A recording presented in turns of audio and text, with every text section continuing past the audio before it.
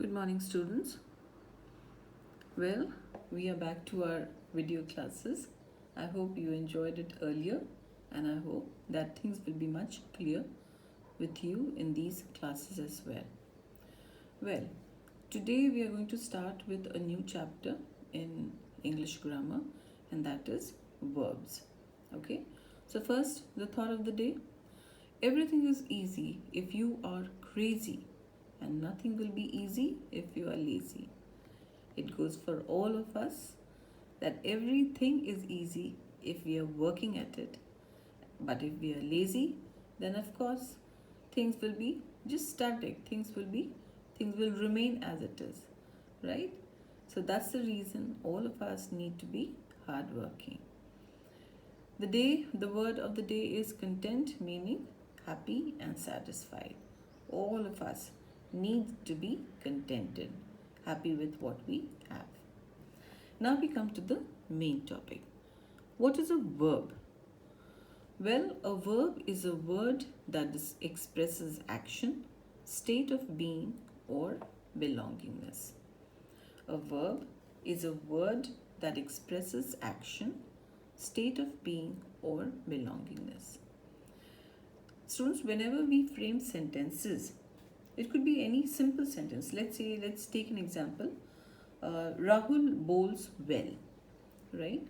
Rahul bowls well. If we are considering this sentence, then we find that there is a subject, there is a verb, and there is a predicate, right? In case of this, Rahul bowls well, who is the person doing something? Rahul, of course. So Rahul becomes the subject. Bowls well. What is the action being done over here? The bowling, of course. So bowls becomes the verb and well becomes the predicate part. Well, in case of verb, students, if we are considering the word bowl, that means we are actually considering an action which is taking place. You can very well imagine a bowler bowling to a batsman. Okay, and all of you must be very excited, and all of you must be interested in cricket. So if we just consider the bowlers bowling well, that means it is an action that we are talking about, and this is the verb, any action. So verb is a word that expresses action. Another way also, state of being. Verb is also a word that expresses the state of being. What do we understand this by the term state of being, students? State of being actually means, state of being, you can say that it is, in a way, we can also say that it is the stative form. Okay? State of being expresses that in case of action, it can be seen. Whatever action is done, it can be seen. If a person is bowling, it is seen, and therefore it is an action. But suppose the bowler itself is doing some mental calculation. He's thinking how exactly to bowl, whether I should bowl in a fast manner or I should bowl in a slow manner. So this thinking which is going on, this is also some kind of action, though in this case it is not being seen. So you can also say that state of being actually means the condition. It means the condition. It means, you can say, it could be, and it actually expresses a state of mind, right? Not just mind, but it actually expresses a state in which the person is. So the verb could be an action, it could be a state of being, or it could show a sense of belongingness, that something is belonging to him, something is in possession.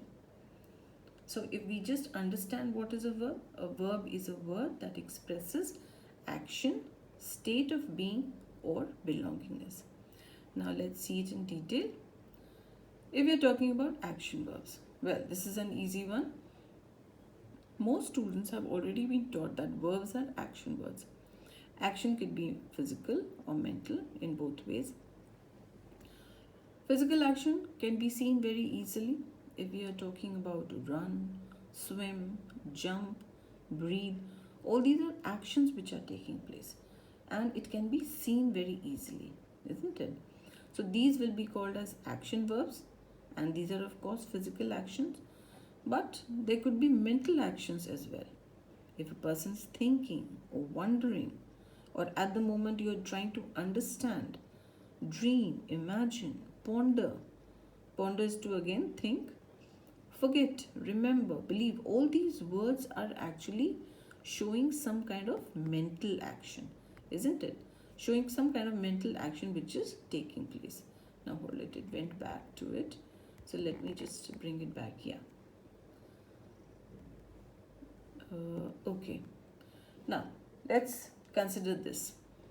Close your eyes, raise your head, sleep on the table, stand up, sit down, listen to the teacher, open your eyes. These are all simple sentences which have been given over here. What do we understand from these sentences? If we consider the first one, close your eyes. What is the word close over here? It is an action verb, right? It's an action verb that we are talking about. Raise your heads. What is raise over here? What is the action being done over here? Raise. So raise will be an action verb. Sleep on the table. So sleep is some kind of all the words which is there in the sentence. Sleep on the table. So sleep is actually an action which is going on. Open your eyes. What action is there in this sentence? Open.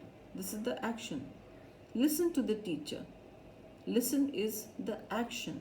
So if we consider the sentences and if we try and see what is the action being done, then those verbs will be called as action verb. Okay? Right. Let's consider certain other examples as well. Now in these examples, the first one, let's take the first one. Angel washes her clothes. Angel washes her clothes. What action is being done over here? Washing. Angel, of course, is the name of the person, the subject, and therefore, by 1 second, students, apparently it has moved a little bit. Yeah, I think, yes, I think this will be better. Yeah. So we find that Angel washes her clothes. Now, what action is Angel doing? Angel is, of course, the name of a person. She is washing her clothes. So the action which is being done over here is washing. In case of the other sentence, Peter drives a car. Peter drives a car. What action is being done over here? Driving. Isn't it? It's very clear. All of you can understand very easily that the action which is done over here is driving. All of us can see this action, isn't it? Or the next one. David sleeps on the bed. What is the action? Sleep. Of course, some action, some work is being done by David and David is sleeping. So sleeps becomes the action verb over here. Richa painted a beautiful picture. In this case, I don't know why it keeps moving, Right. Okay. Alright. Richa painted a beautiful picture. What did Richa do? If we just ask a question like, what did Richa do? Richa painted a beautiful picture. So the action which is shown over here is painted. I walked to school. Again, the kind of action which I'm doing is walking. So I walked to school. They dance on the stage. What action did they do? They went on the stage. They didn't just stand on the stage just like that. They were doing some action. So they dance on the stage.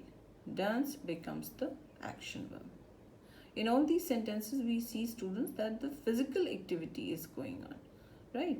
So in case of physical activity, you can actually see the person perform the activity and therefore it becomes your action verb. All right. Next, what do we understand by state of being verb? Now, like 2 seconds earlier, I was just saying state of being verb means it describes a state, not an action. It describes a state. In case of action, it is physical action. Most of the time, it is seen. Sometimes it is mental action, cannot be seen. But if we have verbs which is describing the state of being, right? That means the condition in which the person or in which the whoever we are talking about, then that is called as state of being. The most common being verbs are forms of be itself, right? Forms of be, because to be is actually a verb. Be is a verb. So the most common being verbs will be the forms of be. Now it might sound a little confusing. Okay, again it has moved. Right. It might sound a little confusing, but let me just explain it. And if we do the example, then it will be more clear. When we are talking about the verb be, students, and when we are using it, then we use it in the form of is, am, are, was, were, be, being, been, like this, right? So be is actually the base form of the verb. Now, when we are using it in terms of state of being, then what do we understand by this? First and foremost, how do we use it? Is, am, are, it is actually, you can say that this is, am, are is used in the simple present tense, right? Simple present tense. Is, am, are is used in the simple present tense. In case of I, that is your first person singular, we use am.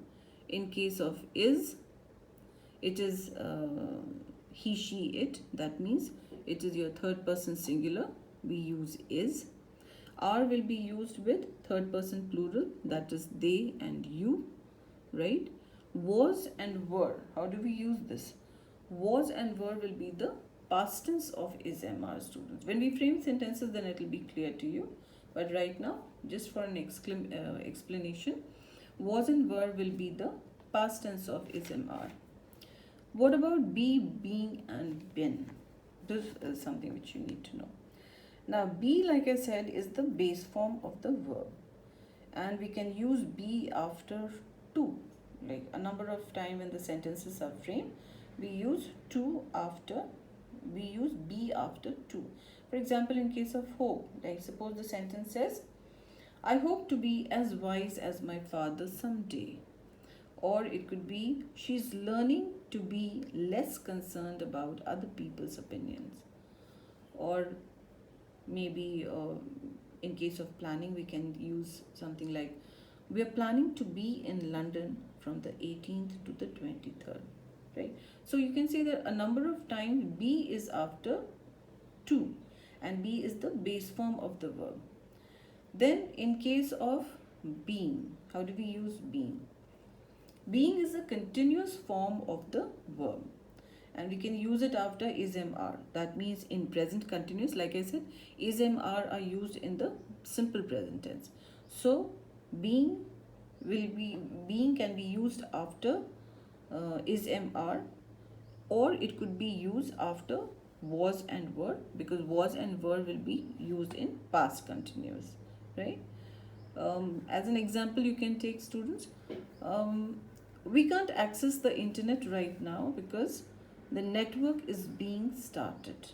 Or when I said that dress doesn't look good on you, I was just being honest.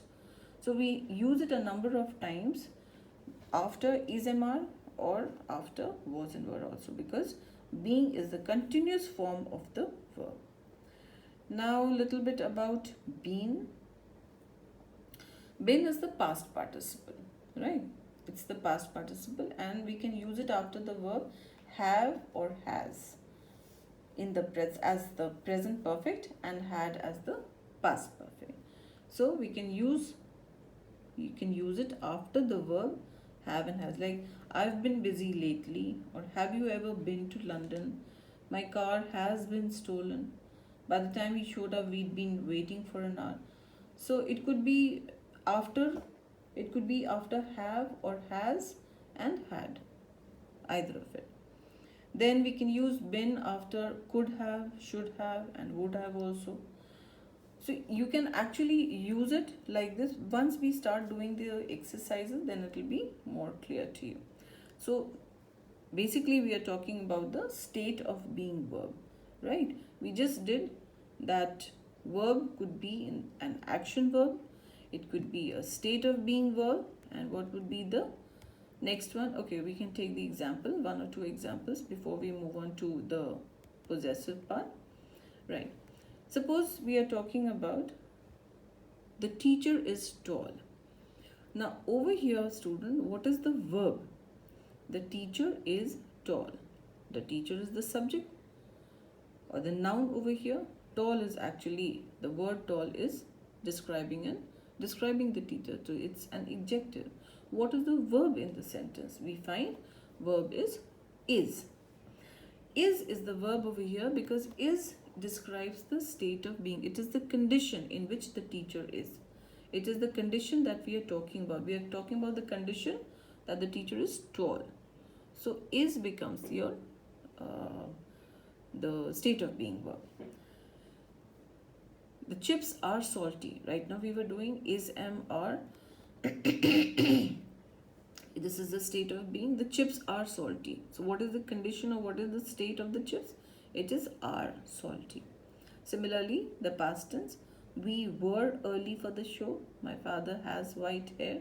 Likewise, you can say that these would be examples of state of being verb, right? Now, third form is like possessive form of verb. Possessive form of verb means it denotes the belonging or possession of the subject in a sentence. That means if you're talking about something which I own, I have a red pen, or he has a lot of money. So in this case, have and has actually shows the possessive form of the verb. I have a new lunchbox, I have a new table, I have a car. So have shows possession, the ownership. So this could be the verb over here will be have, and have is used with I, has is used with he, she, it. Okay, or I have could be used with they also, because if we consider the box, so remember I, you, we, sorry, it's I and we will be the plural. Again, I have, we have, you have, they have, and he, she, it has. That way we proceed. Okay, then the next one, of course, right. State whether the underlined verbs are action, state of being, or possessive word. I hope by now you will be able to understand. For example, a troop of soldiers attacked the army. So what is attacked? Is it is an action verb or is it a state of being verb? Of course it's an action verb because we can see it. Arun is a good boy is actually is the state of being. The rest I will leave to you. The rest you can find out. Okay. Now apart from this, students, there is something else which we need to do, and that is the three forms of the verb, which I will do it in the next video, or else this will become a very long one. So I hope at least this much you people have understood. Go through it. If there is any problem, if there is anything which you don't understand, you can of course let me know, right? Okay, thank you.